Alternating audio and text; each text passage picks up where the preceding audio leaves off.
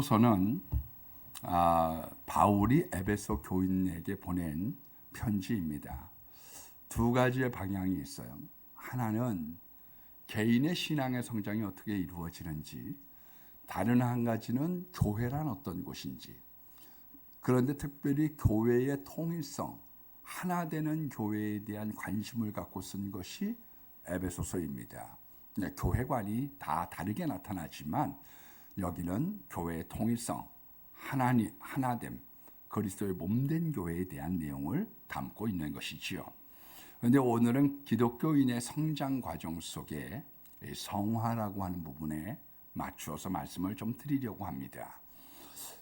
우리가 에베소서 1장 5절 말씀에 보면 창세전에 예정하셨다, 그렇게 말씀하고 있어요. 우리의 구원이 이 세상이 만들어지기도 전에 하나님께서 프로오리조, 표식을 해줬다는 거예요. 너는 하나님의 택한 백성. 우리가 가령 하나님이 부르시지 않으면 여기에 나올 자들이 없는 거죠. 가령 우리가 예를 든다고 하면 대통령이 우리를 갖다가 불러줬기 때문에 우리가 청와대에 들어갈 수 있는 거지, 대통령이 불러주지도 않았는데 우리가 청와대에 들어갈 수는 없어요. 대통령이 우리를 불러주셨는데 우리가 거부하거나 들어갈 수 있는 자유는 있지요. 우리가 그걸 거부할 수는 있어요. 그러나 부르지 않았는데 우리들이 마음대로 들어갈 수 있느냐? 그거는 아니지요. 여러분, 구원이라고 하는 게 뭐냐? 하나님께서 맨 처음에 우리를 이미 예정하셔서 표시로 내놨다는 겁니다. 그리고 에베소서 2장 9절의 말씀에 보니까 그 은혜에 의하여 믿음으로 말미암아 구원을 받았다, 그렇게 말씀하고 있습니다. 여러분, 은혜의 사건이라고 하는 건 다른 말로 뭐냐 하면 예수 그리스도께서 우리를 위하여 십자가에 달려 돌아가신 거예요. 그거는 온 삼라만상 모든 인류를 위하여 돌아가신 사건이 구원의 사건, 십자가 사건입니다. 믿음이라고 하는 건 뭐냐 하면 개인적으로 그것을 받아들이는 거죠. 그러니까 하나님의 한량없는 은혜, 한량없는 보혈, 그 사랑이 강같이 바다같이 많이 있지만 그것을 내 개인적으로 받아들이는 걸 뭐라고 얘기하느냐? 그걸 믿음이라고 얘기합니다. 그러니까 하나님의 크신 은혜와 인간의 믿음이 만나서 구원의 역사가 이루어진다는 거예요. 이거는 일회적인 사건입니다. 그러니까 우리가 천국에 가는 것은 뭐냐? 그건 일회적인 사건이에요. 내가 예수님을 주로 시인하여 우리가 영원한 천국을 얻게 되는 거죠. 이건 개인적인 것입니다. 어떤 분이 말하는 사회구원이라고 하는 건 뭐냐? 그건 이 땅에서의 구원을 얘기하는 거죠. 생활의 구원입니다. 가난한 자들에게 빵을 준다. 우리가 복지를 만들어 간다. 우리가 치료를 통해서 잘 되도록 의료보험 혜택을 확장해 간다. 그런 것들은 뭐를 의미하느냐? 기독교의 정신 속에서 구현하고자 하는 그건 사회구원, 그건 이 땅의 구원의 문제입니다. 영원한 천국의 구원의 문제는 하나님의 그 크신 사랑, 십자가의 사랑을 우리가 개인으로 믿음으로 받아들일 때 이루어진다는 것입니다. 2장 18절에 가면 십자가로 하나님과 원수가 됐던 우리가 화목되어졌다, 회복이 되어졌다는 겁니다. 그러니까 선악과 사건이 두 가지의 충격을 우리에게 안겨줬는데, 한 가지는 뭐냐? 에덴에서 쫓겨난 거죠. 집에서 쫓겨난 거예요. 집에서 쫓겨났습니다. 두 번째는 다시는 너 안 봐. 하나님께서 우리들에게 이제 상종하지 않겠다는 겁니다. 그런데 그 하나님의 은혜로 우리 아담과 하와에게 가죽옷, 양의 옷을 입히시면서 피로 말미암아 우리가 죄 사함을 받을 수 있는 조그마한 창구를 만들어 놓으신 거죠. 그래서 짐승의 피로 말미암아 우리가 하나님 앞에 나아갈 수 있는 일시적이고 부분적인 것을 제사라고 얘기하는 거죠. 이것은 긴급 면회와 같은 것입니다. 그런데 예수님의 십자가의 사건으로 말미암아 하나님의 아들, 메시아죠. 그 하나님의 아들이 피를 흘리시는 가운데 우리가 영원하도록 하나님을 만날 수 있는, 아무 때나 어디서나 주님의 이름을 불러 만날 수 있는 혜택의 길이 열렸다. 그것이 십자가로 원수됐던 우리가 하나님과 화평하는 하나가 되어지는 그 놀라운 은혜의 회복의 사건에 대하여 말씀하고 있습니다. 네 번째는 3장 18절의 말씀에 보면 하나님의 사랑을 알기를 원하는 거예요. 그 깊이와 높이와 넓이와 길이를 알기를 원하는 것이요. 예수님의 사랑 신기하고 놀라워, 예수님의 사랑 신기하고 놀라워, 예수님의 사랑 신기하고 놀라워. 오 크신 사랑, 하늘 그보다 높고 바다 그보다 깊고 우주 그보다 넓은 오 크신 사랑, 하나님의 사랑을 알기를 원하는 거예요. 내가 너 사랑해, 이거를 받아주기를 원하는 것이요. 그리고 다섯 번째는 우리가 새 사람이 되길 원하는 거예요. 오늘 그 말씀을 증거하려고 합니다. 이 하나님의 은혜를 받아 구원을 받았는데 성화가 된다는 것은 하루아침에 되는 게 아닙니다.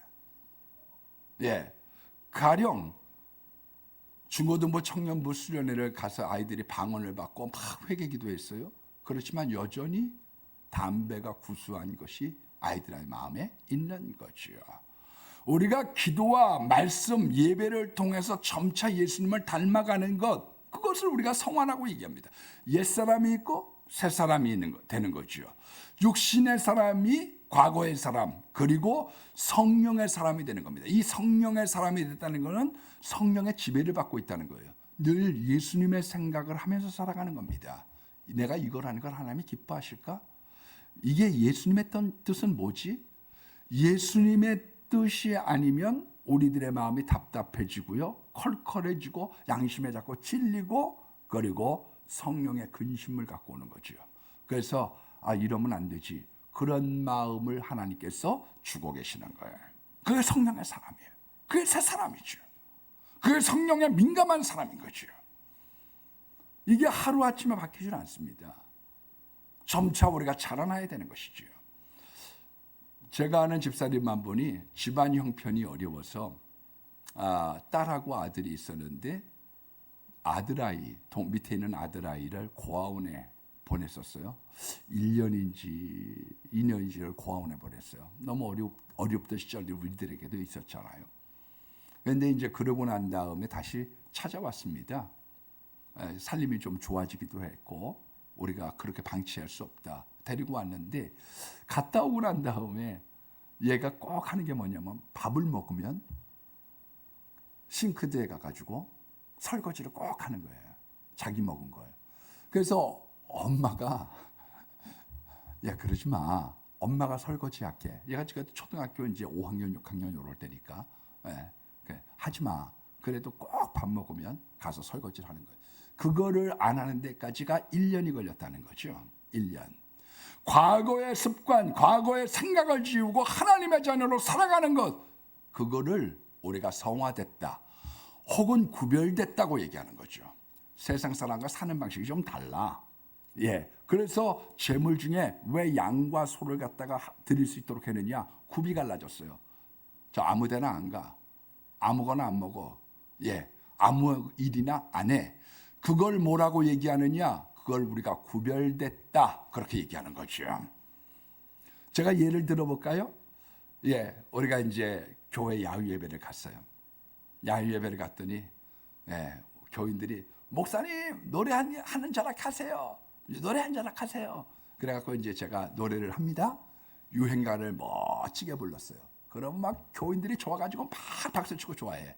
그러나 속으로는 어떤 마음이 있냐면 실망해.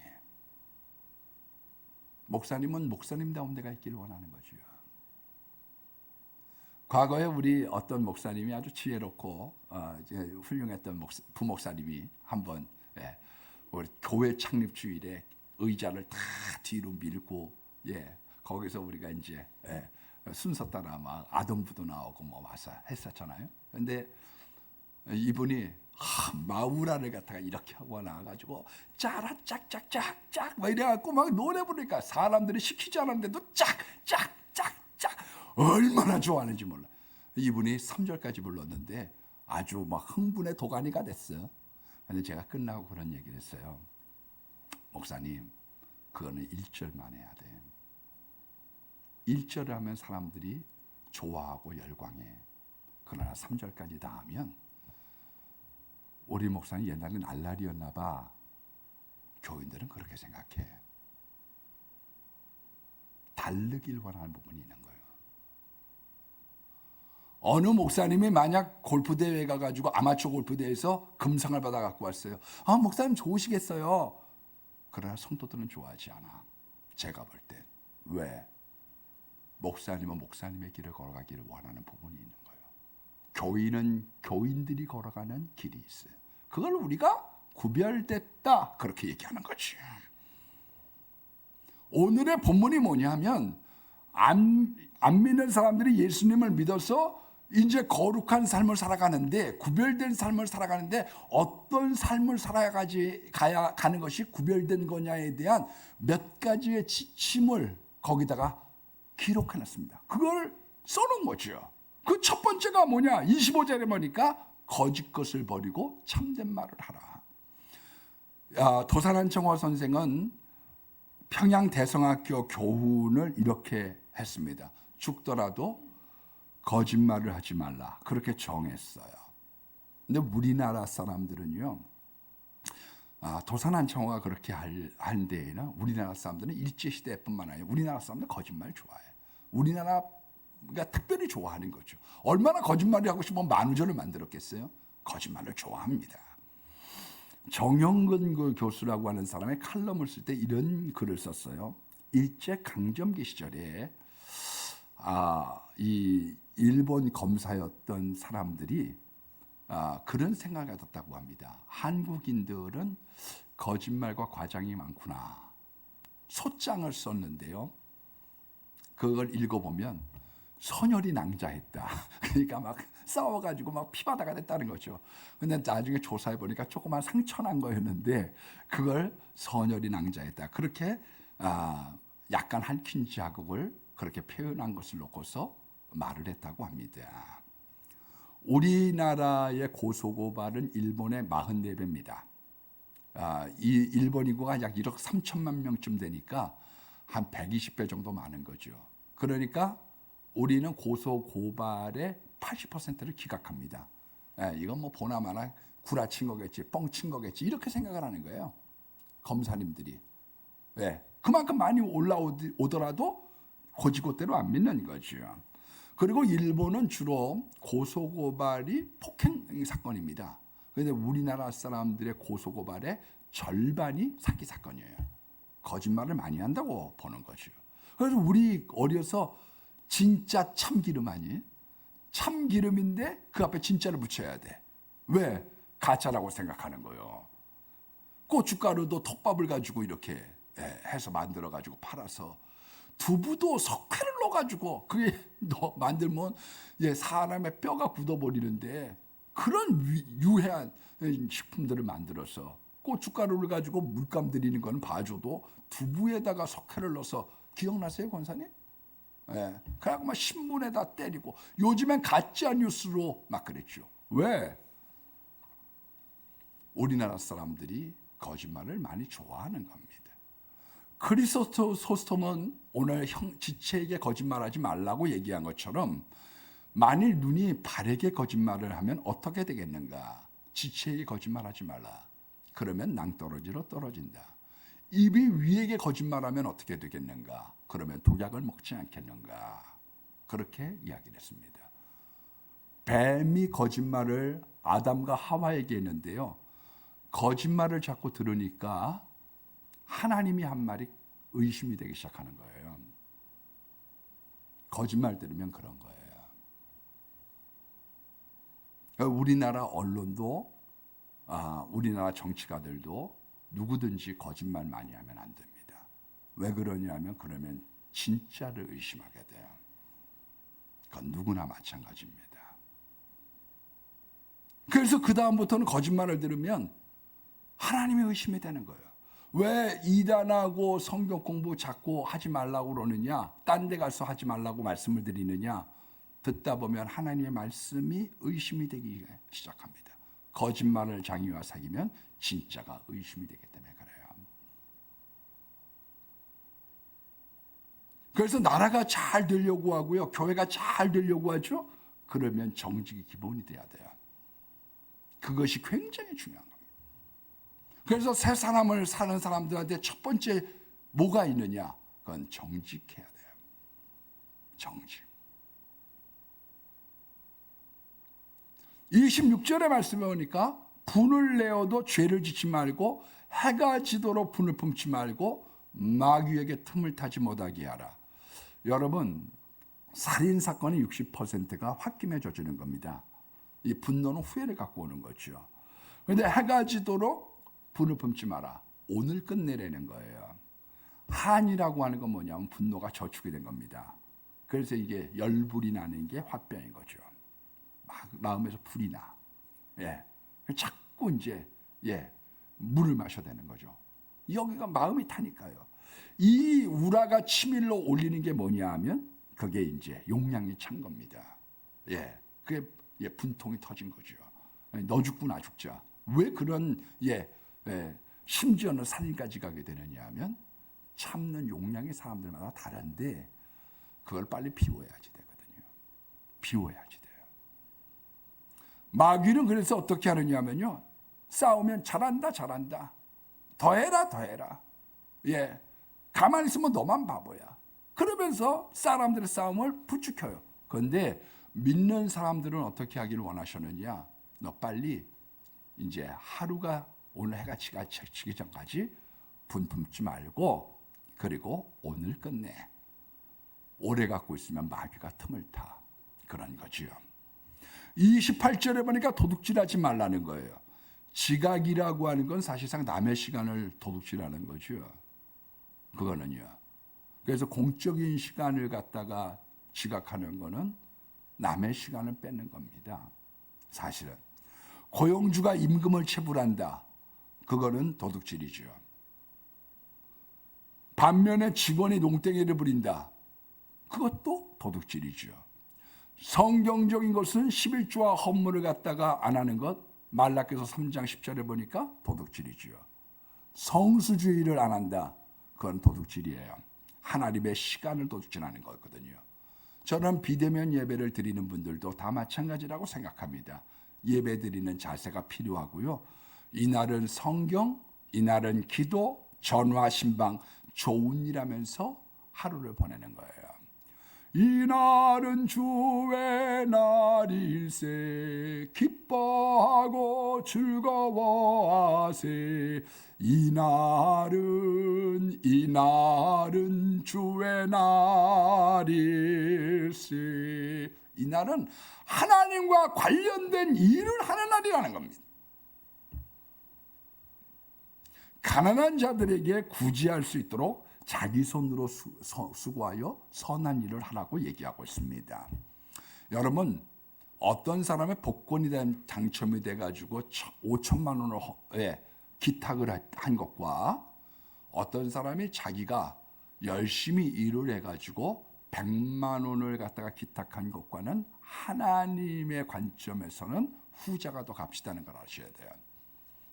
어떤 공돈이 생겨가지고 기탁을 하는 것과 자기가 땀 흘려가지고 가난한 이웃을 섬기는 것과는 그건 비교할 수 없습니다. 그게 하나님의 관점이지요. 영국에서 토크쇼에 나온 내용을 제가 한번 글로 읽은 적이 있습니다. 거기에 나온 여자가 토크쇼에 그날 게스트로 온 사람이요, 평생에 복권이 4번이 당첨이 된 거예요. 질문을 했습니다. MC, 사회자가 행복해지셨어요? 그랬더니 아니요, 도리어 불행해졌습니다. 그런데 이 여자분이 본래는 조그만 가게를 경영을 했습니다. 근데 첫 번째 복권이 당첨이 됐더니 남자가 놀고 먹을 생각을 해요. 그래서 가게를 정리하고 이혼을 해버렸습니다. 그리고서 두 번째 남편을 만났는데 운 좋게 두 번째 복권이 또 당첨이 됐어요. 그래서 너무 기쁜 나머지 남편에게 스포츠카를 갖다가 선물을 했는데 그거를 타고 가다가 죽었습니다. 시루에 빠져 있을 때 그때 또 당첨이 됐어요. 근데 남자가 돈을 보고 결혼했더니 이건 뭐 술과 도박에 빠졌어요. 이혼해 버렸습니다. 네 번째는 돈 있을 때 만난 남편이란 다 그렇고 그렇구나 싶어서 돈 다 쓰고 남편을 만났습니다. 그런데 네 번 합계가 엄청난 금액이었지만 지금은 집 한 채도 없습니다. 당첨된 후에 다 떠났습니다. 아무리 잘해줘도 이것밖에 못 해주느냐고 섭섭해했습니다. 그렇게 이야기를 한 거죠. 왜 섭섭했을까요? 섭섭해하면 돈이 나왔던 거죠. 예, 계속 당신 나 사랑한다면서 이것밖에 안 줘? 돈이 있는데 어디다 쓰려고 그래? 자꾸 섭섭해하면 돈을 준다는 걸 아는 거죠. 이 여자가 마음이 약했던 거죠. 그걸 탐타고 들어온 거예요. 불행해졌다는 거예요. 여러분들의 복권을 탈 수 있어. 예. 그러나 적어도 이게 왜 이런 일들이 생겼지? 한 번 정도는 생각하면서 살아가는 사람들. 어떻게 살아가는 것이 하나님의 뜻대로 살아가는 것인가를 한 번은 생각하는 사람들이 되는 건 중요한 거예요. 요즘에는 좀 이렇게 불화설이 생겨서 좀 그렇긴 합니다만은 서세원이라고 하는 이 개그맨이 아내를 몰카로 한번 찍은 적이 있어요. 그 몰카로 찍을 때 내용이 뭐냐면 신문에다가 이제 가짜 신문을 만들어서 주택복권 1등을 만들어 놓은 거죠. 그래서 이제 중국집에 가가지고 밥을 먹으면서 신문 있는데 그래서 신문 좀 볼까? 그래서 나 복권 샀어. 그래서 이제 서세원 씨가 시침을 뚝 떼고서 당신이 한번 맞춰봐. 그랬더니 이 아내가 맞춰보는데 어머 1등이다 이러더니 그 다음에 하는 이야기가 뭐냐면 먼저 11조 해야지 되고 하나님이 이 돈 왜 주셨는지 생각해봐야 돼요. 내가 그걸 보고 느낀 게 굉장히 많았습니다. 여러분 우리들의 삶 속에 선한 일을 하려고 하는 마음 그리고 땀 흘려서 일하려고 하는 마음 혹 공돈이 생겼다고 할지라도 왜 이런 것이 생겼을까를 한 번은 깊이 생각하는 마음 전 그게 중요하다고 생각해요. 그게 믿는 사람들의 길인 거죠. 29절의 말씀해 보니까 무릇 더러운 말은 너희 입 밖에도 내지 말고 선한 말을 하여 듣는 자에게 은혜를 끼치게 하라. 그러니까 더러운 말을 하지 말라는 거예요. 선한 말을 하라. 이 말에 대한 게 새 사람들에겐 얼마나 중요한지 5장 3절로 4절에 말에 대한 것만 2절에 걸쳐서 다시 한번 이야기를 했습니다. 음행의 말을 버려라. 온갖 더러운 말. 그거는 욕설이라는 뜻이에요. 요즘에 어떤 그 목사님이 이렇게 정부하고 대립각을 세워서 굉장히 난처하고 어려운 일을 당하고 계시는 것 같아요. 그런데 좀 그분의 장단점을 말씀드리려고 하는 건 아니에요. 그런데 언어를 순화한다는 건 굉장히 중요해요. 왜냐하면 그것이 듣는 사람들의 귀를 정화하기 때문이죠. 더러운 얘기를 들으면 욕설을 들으면 귀가 더럽혀지기 때문에 그런 겁니다. 좋은 이야기, 욕설을 하지 않는 것 굉장히 중요한 거죠. 세 번째로는 탐욕의 말을 하지 말라는 거예요. 욕심이 들어간 말을 하지 마라. 제가 이번 주에요. 어머니가 이제 우리 집에 요즘에 계시면서 이제 좀 벌써 여러 달 되셨어요. 코로나도 있고 이제 이래서 또 이제 연세도 있으시니까 치아 때문에 오셨는데 기거를 하다 보니까 우리 셋째 누나가 조기를 보냈더라고요. 네, 조기를 10마리를 보냈어요. 택배로. 그래서 내가 우리 어머니 보러 아직까지 어머니가 총명하니까 어머니 넷째 누나한테 전화해가지고 나 조기를 물렸어. 그렇게 해. 내가 이제 그렇게 얘기했더니 우리 어머니가 막 웃어요. 근데 막 나오면서 우리 집사람이 왜 그런 농담을 하느냐고. 여러분 미국 사람들은 돈에 대한 농담은 잘 안 합니다.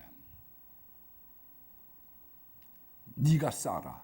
그런 농담은 잘 안 해요. 어떤 농담을 해야지 되느냐? 좋은 이야기를 하는 것. 그게 굉장히 중요한 거죠. 네 번째는 누추한 말. 이것을 다른 말로 얘기하면 천박한 말입니다. 어떤 정치가가 쪽팔린다는 말을 했어요. 쪽팔린다는 말은 사전을 찾아보면 창피하다의 비속어입니다. 그런데 그분이 그 말해 가지고 굉장히 어려움을 많이 겪으셨죠. 이놈의 헌법 때문에 그런 말씀하셔서 참 이분 서민적이고 좋으신 분인데 곤란을 많이 겪으셨죠. 왜? 한쪽에서는 환호할지 모르지만 지도자, 앞서서 얘기하는 사람들에게는 표준말을 사용하고 좋은 이야기를 하는 것. 고급스럽고 품격 있는 말을 사용하는 건 굉장히 중요한 겁니다. 어리석은 말, 그건 신약에서 여기 딱 한 군데 나오는데요. 우리가 기독교인들이 시가서, 지혜서를 많이 읽을 필요가 있어요. 욥, 시편, 잠언, 전도, 아가, 특별히 잠언 같은 걸 소리내서 읽으면 참 좋습니다. 언어의 구사력을 보면 그 사람이 어느 수준에 있는 사람인 줄 아는 거죠. 어떤 분은 아는 건 많은데 표현력이 부족한 분들이 있어요. 그런데 어떻게 하면 잘 고칠 수 있느냐? 시가서를 많이 읽으셔야 돼요. 특별히 잠언 읽으면 그 사람의 말에 아로새긴 응잠반의 금사과와 같은 말을 할 수가 있는 것이죠. 희롱의 말을 취하라고 얘기하고 있습니다. 원래 희롱이란 말은 두 가지가 있는데 하나는 헬라 말로 유트라 펠기아라고 그래가지고요. 펠리아라고 그래갖고 조운과 돌다의 합성어예요. 재치가 있는 거예요. 위트가 있는 거죠. 그러니까 어떤 사람이 딱 얘기하는데 희롱, 그 하나가 위트라고 하는 좋은 말이 있어요. 딱 받아치고 머리가 빨리 돌아가는 거지요. 그러나 다른 한 가지는 저속한 말을 하지 말라는 거예요. 상스러운 말. 이건 굉장히 중요한 거예요. 상스러운 말을 하지 마라. 너무 악독한 말을 하지 마라. 독설을 하지 말라. 제가 요번에 이제 우리가 비대면 예배 때문에 하여간 시에서 전화를 여러 번 받았어요. 그런데 제가 이제 지난주에는 올해는 교회 창립주일이라서 안 됩니다. 그런 말씀을 드렸고 요번에 이제 공문이 왔길래 전화하고 제가 아주 독하게 얘기를 했거든요. 근데 하나님이 그걸 기뻐하지 않으시는 것 같아. 제가 하는 거를. 특별히 제가 이제 오늘 새벽에 딱 일어나고 난 다음에 하나님이 저한테 주시는 메시지가 있었어요. 저는 요번에 비대면 예배 이거 막 정부에 꿀려가지고 온 사람들 한심하게 봤거든요. 제가. 보통 한심하게 본 게 아니에요. 대표자로 세워놨더니 배짱도 없고 가구가 없었으면 그 자리에 왜 가냐. 그런 마음이 내 마음속에 있는 거지. 의사 봐라. 의사. 강하게 나오니까 꼬리 내리는 거고 목사는 호구로 본 거 아니냐. 내가 속으로 굉장히 부하가 났어. 사실은요. 근데 아침에 새벽에 오늘 딱 일어나는데 하나님이 주시는 나의 마음의 메시지가 있어요. 뭔가 하면 여기는 성지교회 건물이 아니야. 여기에 있는 사람들이 싫어할 수 있어. 그런 마음을 주시는 거예요. 그래서 하나님 예배가 생명보다 귀중한 건데 근데 하나님이 저하고 이제 토론을 하는 거죠. 마음속에 일어나자마자. 너 설교 뭐라고 얘기했냐. 만약에 교회를 오다가 예배드리러 오다가 피 흘린 사람이 있다고 하면 그 피 흘린 사람을 예배드리러 오지 말고 충대병원이나 선병원이나 가까운 병원에 네가 모셔다 드리는 것이 나눠주는 것과 그리고 생명을 살리는 것이 예배보다 더 중요하다고 너 설교해놓고 왜 그래? 그 사람들이 10,000명 중에 1명이라고 할지라도 소중한 생명을 다치고 잃을 수 있다고 하면 그렇게 결정한 사람들은 나무라지 마. 하나님이 나에게 주는 음성, 그런 대화의 내용이지요. 제가 요번에 어저께도 전화 와서 우리는 예배 안 드리는 게 문제가 아니라 그게 목적이 아니지 않습니까?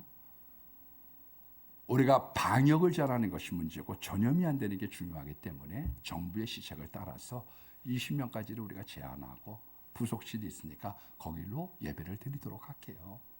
우리가 다른 데 방역도 해주고 있으니까요. 내 마음에 있었던 어떤 분한 마음, 그런 것에 대해서 오늘 하나님과 깊은 교통, 대화가 있었던 거죠. 여러분, 하나님 독서를 싫어하시는 거예요. 네. 얘기하면서 제가 전화에 대놓고, 아니 어떤 데는, 어떤 당은 죽창으로 경찰로를 찌르면 유공자가 되는 거고, 우리는 그러면 안 되는 거요? 악이 바치니까 내가 막 경찰차 기름을 빼가지고 경찰차 불지른 사람은 유공자고, 우린 그러면 안 되는 거요? 막. 근데 하나님 그걸 기뻐하지 않으시더라고. 그거는 목사의 길, 교인의 길이 아니야. 우리가 이 세상을 살아가는 동안에 거듭난 사람의 말, 거듭난 사람의 마음의 자세가 삶 속에 있는 것이에요. 여러분, 31절로 돌아와서 보면, 그래서 모든 악독을 버리라는 거예요. 좋은데 잘 참고 인내하는 것을, 참는 걸, 독한 것을 우리가 인내라고 얘기하고요, 나쁜데 독한 것을 우리가 악독이라고 얘기하는 거죠. 노함과 분냄이라고 하는 것, 노함이라고 하는 것은 격분을 하는 겁니다. 뭐가 어째? 그거죠. 분냄이라고 하는 건 뿌리 깊은 마음이에요. 너 언제 한번 두고 보자. 노함이라고 하는 건 일시적인 겁니다. 막 해대려는 거죠. 그러나 분냄이라고 하는 것은 내성적인 사람이죠. 참고 있다가 분노가 자리를 잡는 거죠. 집을 짓는 겁니다. 그래서 너무 아이들을 약 올려서 기르면 안 돼요. 그러면 마음에 분한 마음이 자리를 잡아버려요. 떠드는 것과 비방하는 거죠. 떠드는 거는 흥분해서 대놓고 얘기하는 겁니다. 네 막 그럴 수 있냐? 그게 떠드는 거예요. 비방이라고 하는 거는 뭐냐? 남들이 보지 않는, 당사자가 보지 않는 것에서 비방해서 명예를 손상시키는 겁니다. 여러분, 제가 강조하지만 반드시 없는 데서 다른 사람들 좋게 얘기하셔야 돼요. 그게 자기한테 다 돌아옵니다. 우리가 교회의 어떤 문제를 놓고서 이런 문제를 상호하고 보고할 사항이 있어서 말씀하는 거는 별도로 하고요. 여기저기 가서 자꾸 안 좋은 얘기를 하면요, 그 사람 외로워지고 친구가 없어져요. 왜 그러냐? 언젠가는 저 사람이 내 흉도 보겠지. 그런 마음이 있기 때문에 속을 털어놔야 친구가 되거든, 친구란. 근데 속을 털어놓고 싶지 않은 거예요. 한 자리 깔고 만나니까. 왜? 그거 얘기했다가 언제 내가 당할지 어떻게 알아? 3년 지났다가 언제 누구랑 붙을지 어떻게 알아? 절대로 속보이지 않습니다. 흉 보면 그래서 외로워지게 되어져 있어요. 진실된 친구를 만날 수가 없습니다. 칭찬을 많이 하는 사람이 어떤 사람에 대해서 한마디 지적을 하면요, 무게가 생겨요. 왜 그 사람이 그런 이야기를 했을까? 여러분, 떠드는 것과 비방을 조심해야 돼. 교회를 살리기 위한 이야기하고는 다른 거죠, 그거는요. 그래서 그거는 여기저기의 얘기가 아닙니다. 좋은 이야기를 해주는 것을 습관화들이는 것 굉장히 중요한 겁니다. 악의라고 하는 것은 다른 사람들에게 해를 입히려고 하는 마음이죠. 다윗이 그래서 자기가 손보지 않았어요. 왕이지만 내가 손대지 않은 거죠. 왜? 그건 하나님께 맡긴 거예요. 6번째, 서로 친절하게 하고 불쌍히 여기며 용서해라. 32절에 그렇게 말씀하고 있는 거죠. 은혜를 받은 사람들에게는 두 가지의 현상이 나타납니다. 자기의 적수에 대하여. 첫 번째가 뭐냐면은 내가 가해자가 아니어서 다행이야. 어떨 때 저한테도 분날 때가 있죠. 그 하나님이 이걸 어떻게 요걸 들이받아? 그런 마음 가질 때가 있죠. 하나님에게도 내가 이 그런 걸 놓고서 이렇게 생각할 때가 있습니다. 근데 하나님이 저한테 질문 던지는 게 하나 있어요. 그럴 때마다 너 그 사람하고 너하고 입장을 바꿔놓고 살면 어떻게 하겠냐? 너만 못하다고 생각하기 때문에 너를 심는 거야.